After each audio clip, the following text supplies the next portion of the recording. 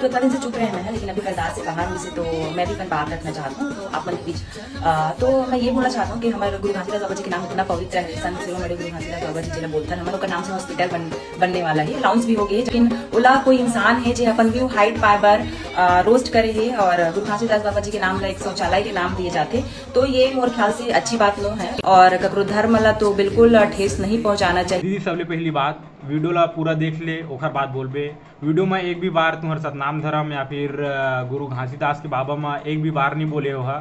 और रही बात धर्म के नाम में एक भी बार कुछ नहीं बोले हो।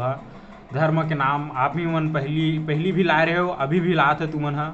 और ये गलत बातें कुछ बोले नहीं हो हाँ अमलेश नागिस भैया, जबकि मैं वीडियो एक बार नहीं कई बार देख रहा हूँ। आप मन भी देखो, आप मन बताओ का है वीडियो में का नहीं है बोला।